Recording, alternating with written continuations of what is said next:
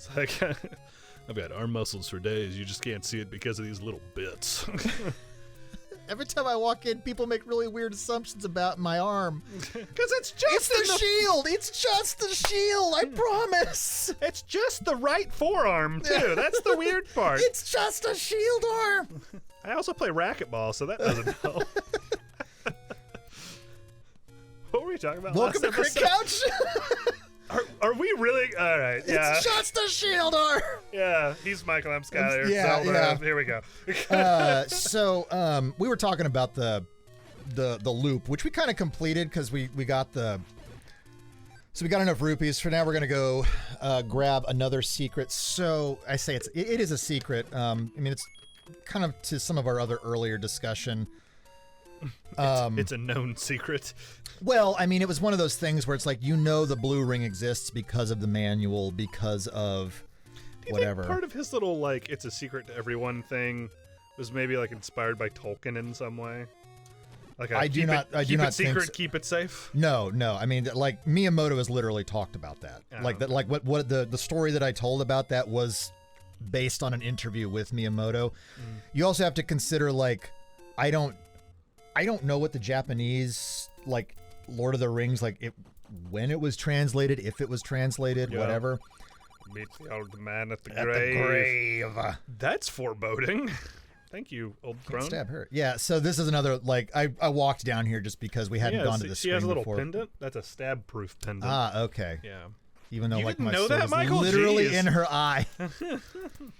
So that's actually, It's because she's not really there. Dun, dun, dun.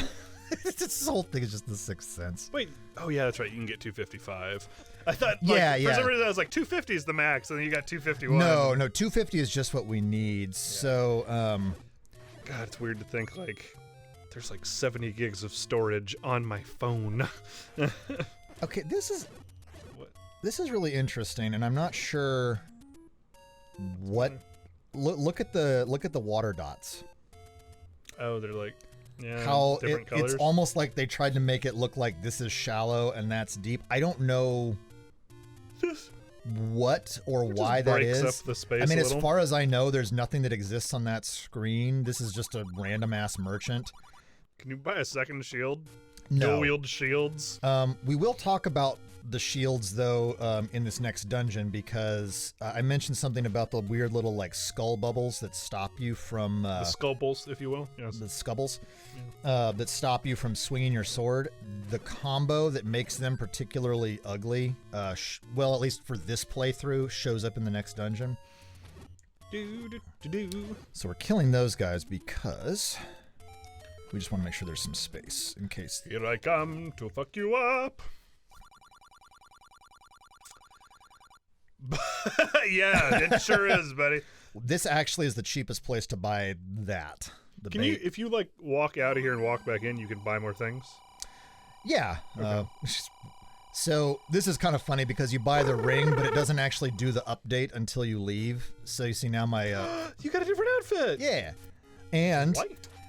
it's Or technically gray. like supposed to be kind of like whitish blue. Yeah.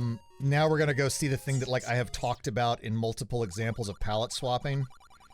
See now the merchant is wearing my clothes. Oh, he sure is. Yeah. Is it because there was just like a limited color? Yeah, that they could basically. use? And this is the reason I did that specifically is because I think in the Bucky O'Hare playthrough, I mentioned it like twice because we took a break in recording there and Bucky.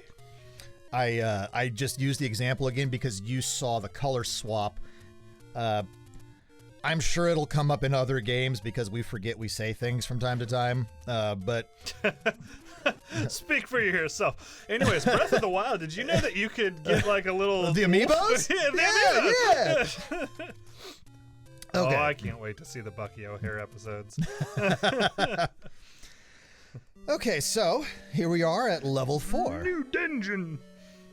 And there's a first. This is actually an interesting dungeon because there's a first for a couple of things in here. Gotta adjust my pants. Yep. So That's the first for this dungeon. yeah, it is the first time you've adjusted your pants since we've been sitting on the couch today. Yep. Oh, ugh, ah. Did you almost? No, it's just this is my coffee, although ice melted. Oh, So it's like iced leftover Well, milk I and touched it with my knee, and I'm wearing these, like, I don't know what these are made of. It's not jean material. It's something. Look at these guys. Stretchy. I love them. I think they're called Vyres. I think that's their name. Vyres. So They're so hoppy. And they have 4 eyes. I mentioned in the when we were in level 3 about, the way that those slimes, if you had picked up the white sword, you never would have seen those slimes split. So in this level, the Vyres split into 2 Keese, which is the name of the bats. Keese. Keese. Are they like vampires? That's probably why they're called Vyres, yeah. And we're not exactly like the little slimes are called gels, so we're not we're not dealing with the most inventive naming schemes all the time. But so this would have been the first time, if you had already picked up the white sword and hadn't been into one of the dungeons with the big slime guys, you would have seen an enemy split, because there's no way well, there is a way, but I think you would have seen other Vyres before. Can you light this place up? Yeah. Okay. I think you would have seen other Vyres or something by the time you had gone through enough dungeons to get enough heart containers to get the magic sword. So yeah, here's where another first. We actually have a little bit of environmental tool usage to light things up, and that's. Can you imagine Twilight if Robert Pattinson's character just like hopped around like a bunny all the time? Probably would have been a better movie. I've actually read the books. I've never seen the movie. I like vampires and werewolves. Do you like watching cardboard? Do I like watching what? Because that's what it feels like watching those movies. Constipated cardboard. Like everybody just like nobody has emotion. Yeah, I got really drunk and watched those with one of our friends one time. Nice. Yeah, because I read like the first couple books because like I liked Anne Rice back in the day. So you downgraded significantly. Yeah, I didn't really enjoy them that much. That's because they're written like. They weren't. They felt like. Because I'm actually gonna make a weird thing here. Like I actually still really like what do they call it? Like young fiction? No. Young adult. Young adult. Yeah. There's a lot of interesting stuff in young adult fiction. There definitely is, and I will say one of the reasons like I actually do like young adult fiction, especially like science fiction and fantasy, is and I hate to say this, but like when Game of Thrones became all the rage, everybody got so like tied up in what's that word? She like uses, the grim tragedy porn, grimdark kind of yeah and so like this may surprise you, I like happy endings. And I just find some of those stories tend not to be so punishing to their characters at times. Yeah, that's fair. So yeah, anyways, a little tangent there, but so here. But yeah, jumpy Robert Pattinson is what's going to be in my mind for the rest of the day. So here we actually. Oh yeah. So this dungeon actually forces you to get the next tool because you must get the ladder. There are a couple of dungeons that force the ladder usage. So like if you don't, even if you sequence break, you can get to dungeons, but. I don't know if there's any. There might be some screen scrolly glitches you can do for speedrunning in this game, but obviously they would not have designed the game with those glitches in mind, so it forces you. Or did they? Okay, here's the room I was talking about. Whoa, what are those? Look like those little squishy things you can play with, and. Oh, I know what you're talking about. Those are likes. Oh, okay, yeah, like likes things. Yeah, likes. If they take your items, they take your shield specifically. Oh, terrible! And then do you have to buy a new one? Yes. Oh. Now, if you have the magic sword and you get eaten by a like, you can actually kill them fast enough for them to not eat your shield. We don't have the magic sword, so that room is a specific enemy combination built to potentially. I have their first album. There's a group called Magic Sword. Oh, I thought you meant there was a group called Likes. I was like, what the? Who named themselves Likes? That sounds like a J-popper band or something like that. Probably the Likes, and their lead song, Vyres, they hop. God damn it. we so happy. I'm sorry. Just inventing my own little. Oh boy, that makes traversing way easier. Yeah. But it's kind of an interesting it's kind of an interesting thing because I have this idea for like a discussion about Elden Ring versus Breath of the Wild that's based a little bit on the kind of roots of Souls games versus roots of Zelda. Because I think at this point in like the evolution of those two series, like Breath of the Wild and Elden Ring both kind of... We're about to have that discussion right now. Well, they both kind of... There's not enough time to have that discussion like just in this episode, but they kind of converge on this open world format, but the origins... Different ways, too.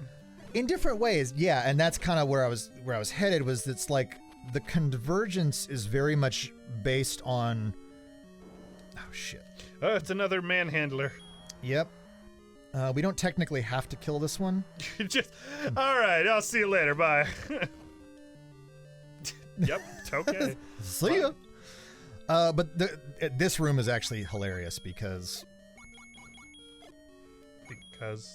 Oh. Because literally all of the walls are bombable. Okay. We'll still go kill that guy just for shits. Ooh, I was wondering if you could like one-shot him. One thing we didn't actually see the last time, it gets faster. Each one of those heads gets knocked off. So using your sword is that much more difficult. Yeah. This is the guy that tells you about the waterfall. I mentioned him like way back, I think in the first episode. He's actually just like a really mean, sadistic old man. He's just trying to make you drown even yourself. The boomerang pisses him off. Shit. Yeah, I think you'd be pretty mad if someone threw a boomerang in your face too. Just nailed you in the crotch with a boomerang. God, I just had a weird flashback to my childhood playing soccer with relatives in Alabama. Oh, and sorry, go ahead. Yeah. Yeah, and I like slipped, and I think someone tripped me actually, and I ended up like splaying legs forward and just right into a tree. Ooh. Yeah, it was not. I definitely like cried and limped away. It was not my favorite time. So I mentioned in the episode where we were in Dungeon 1 about how the way the game stores the maps. Sure. If you look at this snake map and you see like where its mouth is and then how it kind of like curves around. You're see the eyeball right now. I am in the eyeball, yeah. But you see the mouth, and then as the mouth kind of curves around into the neck of the snake, that's the eagle wing from level 1's map. It's half of it because like if you... Yeah. The other half of it is going to overlap with a different level, but weird. You can kind of see the way what I was talking about there. You know what? I'm starting to feel that music thing you were talking about with the dungeons. Although they kind of kept this in some of the future Zeldas too. They did. I mean, it's fuck. It's a matter of degrees. Like, you didn't have a whole lot of volume control in this game. I mean, you could have made it you could have made it quieter, but it's much like the heart beeping when you're at low health. I'm so glad they like work in some of the future Zeldas. They like work it into the music and stuff. Yeah, and I've actually that room looks like pain. Yep. Fortunately, that eyeball that we bombed our way into, we can just skip it. Yeah. I just wanted to kind of demonstrate some of the interconnectivity here. But a lot of other games. Damn it. Where do you think you would learn about bombing walls first in this game? Save that question, finish your thought, and then I'll ask it again. Yeah. Fuck. Killed it. What was I saying? Roll the footage back! Oh my, yeah, you asking that question just eliminated the thought from my head. Aren't you super glad you decided to do a show with a guy who super has ADHD? Well, yeah, I mean... So anyways, what do you think you'd first learn about bombs in this game and bombing walls? I think the manual tells you about it, actually. Yeah, you were talking about interconnectivity and stuff with the levels. I think I was back on the Elden Ring, like, Zelda connection and how the core idea of Zelda being environmental puzzles, like, that underpin the challenges. Here's Gleeok. Whoa! So He's may. a Hydra. So Cut off I one gotta be a head. little careful here because I don't have that many hearts. Yo!